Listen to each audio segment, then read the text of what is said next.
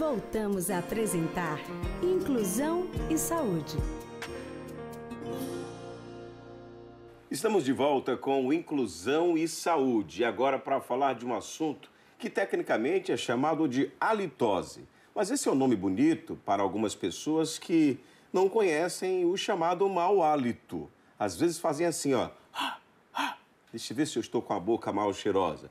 Mas para falar sobre esse assunto está conosco a dentista, a odontóloga, né, especialista em distúrbios do sono e em halitose, doutora Cíntia Coelho. Obrigado mais uma vez pela sua vinda, doutora. Tudo bom, Vinícius? Obrigada. Olha, eu estou falando dessa maneira porque a gente às vezes vai falar do assunto e tem pessoas que ficam incomodadas, né? Nossa, que assunto... Ah, quem disse que eu tenho mau hálito, né? Quem disse que minha boca não está cheirando bem? Bom, quem vai dizer é a pessoa que está convivendo com você toda hora. Mas, naturalmente, tem pessoas que não percebem.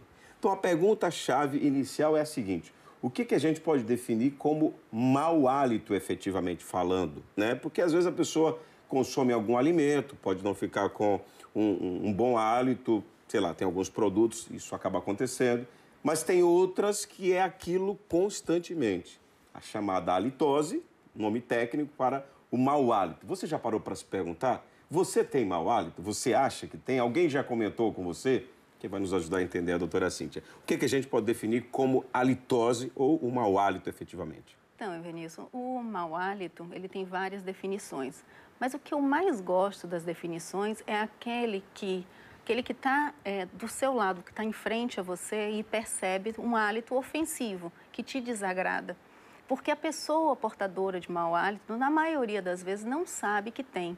Porque acontece o que a gente chama de fadiga olfatória. Ela se acostuma com o cheiro que ela exala, né? É como um perfume, se a gente fosse usar uma analogia, né? A gente usa o perfume tantas vezes que acaba esquecendo que não está usando o perfume porque já se acostumou. A mesma coisa acontece com o mau hálito. Então, tudo que se torna ofensivo, né, a pessoa que está em frente a você está conversando, e é ofensivo o hálito dela, então a gente chama isso como mau hálito. Eu acho que seria a melhor definição. E impressionante que as pessoas que às vezes têm, ela parece incrível, mas ela quer falar bem perto de você o tempo todo.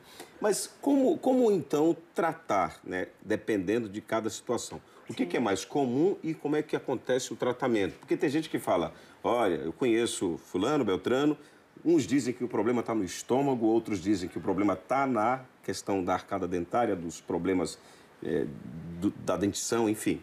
O que é cada caso e como é que trata, doutora? Tá, então, primeiro estou super feliz em estar falando sobre esse tema aqui, porque é um tema que gera constrangimento. Sim. Né? Já começa daí, as pessoas não gostam de falar e na maioria das vezes não fala para a pessoa que tem, né? Então precisa ter uma afinidade,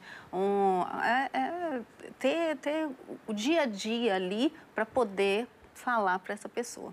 Uma correção fraternal, digamos assim, agora tem que ter todo um cuidado, né? Exato, porque senão a pessoa pode se ofender com isso, claro. né? Bom, como a pessoa não percebe, se tem uma pessoa que pode falar para ela, isso é perfeito, né?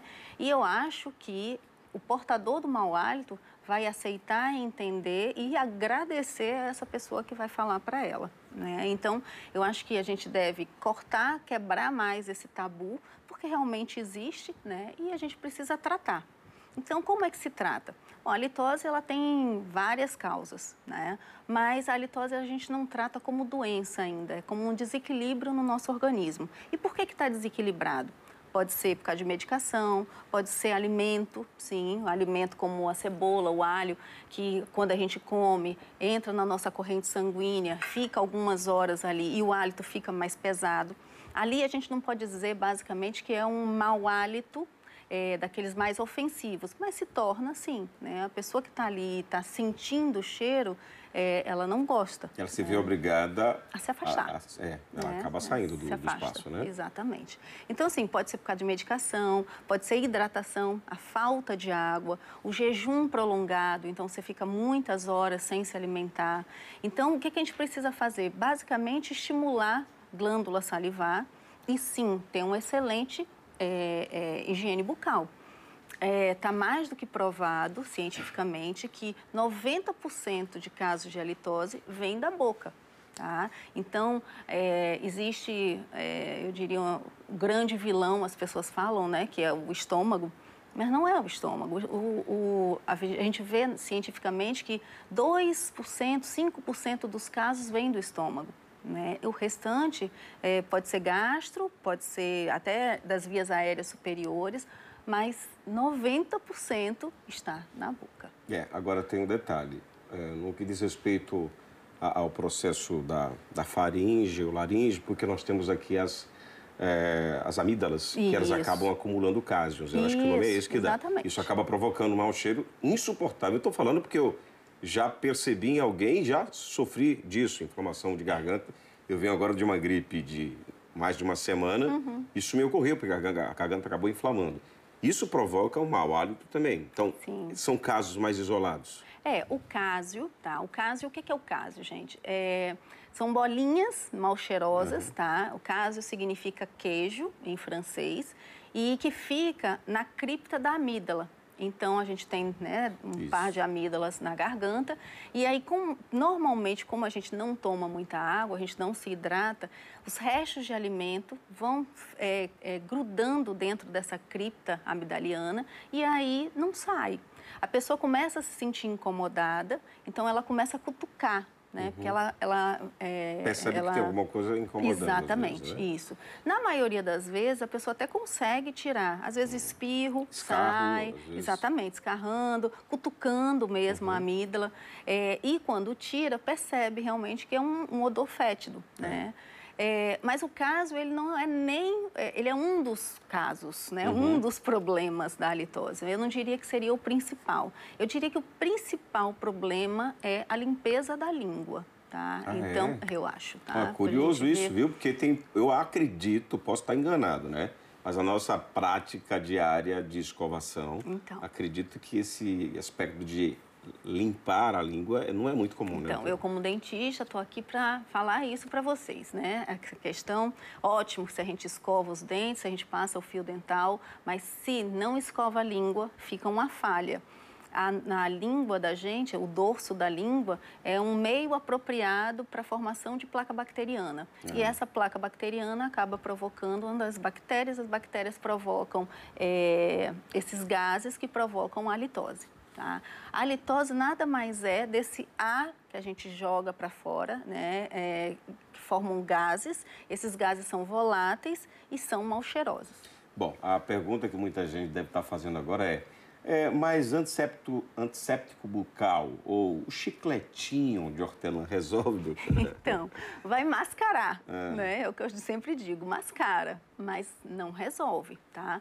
Uma vez a bactéria instalada na boca, a gente precisa tratar essa bactéria, né? Então, o chicletinho, o antisséptico, às vezes até atrapalha, porque faz aumentar a formação ainda mais de placa bacteriana, principalmente o chiclete, e o antisséptico pode provocar ainda mais a secura bucal, que é um dos motivos que provoca a litose. Quer dizer, então, é um efeito, precisaria dominó. Modificar mais o sistema, né? Sim, exatamente. E o antisséptico, ele deixa você com a secura. Muitas vezes ainda deixa mais seco. A depender do antisséptico, então, corre esse risco. Bom, avisando, né, aos navegantes que, de repente, se acham expert no assunto. Tô indo para uma balada, tô indo não sei para onde.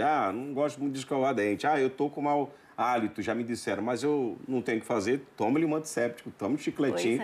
Dá uma disfarçada. O chicletinho vai provocar mais cárie nos dentes. Exatamente. Né? Para aqueles que usam com frequência, quase que uma bola de neve, né? Por exemplo, se a pessoa tem e não trata o mau hálito, vai sempre acostumando a usar esses artifícios, para um mascarador. Teoricamente, um mascarador, mas aí ele vai gerando mais cárie, porque daqui a pouco Exatamente, ou seja, a higienização ainda fica pior.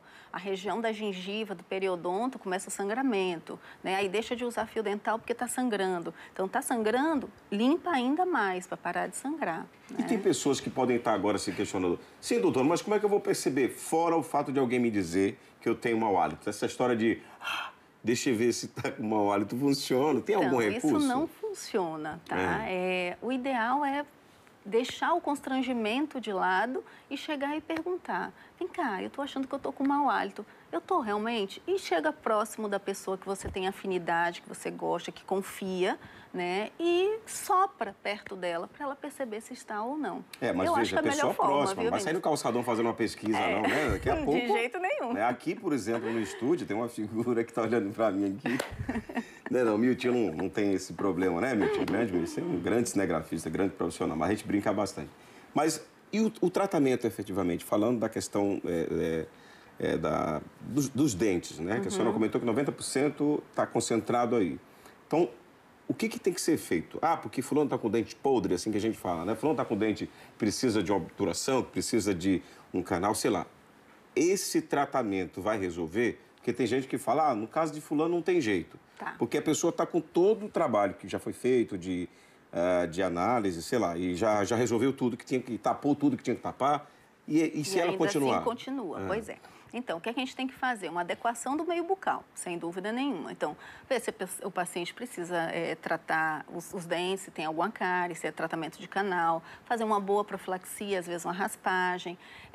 Mas profilaxia, traduza para... Limpeza. Aquela limpeza profissional que é feito, feito basicamente num consultório dentário. Mas fora isso aí, o que o paciente tem que perceber? Aquilo que eu falei anteriormente. Quanto está tendo de ingesta de água, de líquidos, né? Isso é importantíssimo, beber água, se hidratar. O paciente está fazendo dieta, então às vezes faz, né, me perdoe, mas dietas malucas, né? E essa coisa de ficar muitas horas sem se alimentar acaba provocando também a halitose, tá? Então, se tem que fazer dieta, faça, mas coma de 3 em 3 horas. É que ele já vai ajudando a movimentar, né? Exatamente, você está estimulando glândula salivar. Glândula salivar faz com que limpe a cavidade bucal, tá? Tem cásio, percebo que de vez em quando me aparece cásio. Procura um dentista, né? Ele vai te passar o antisséptico apropriado, vai fazer a tal profilaxia que for preciso. E, de repente, esse cásio, ele, ao longo do tempo, com o tratamento, vai sumindo. Então, existem algumas outras coisas, além do próprio tratamento dentário, que é realmente necessário fazer para aquele que é portador de halitose. Bom, quero agradecer a doutora Cíntia Coelho. O papo está muito bom, mas a gente vai deixar para um outro momento, dar sequência a este e a outros assuntos também.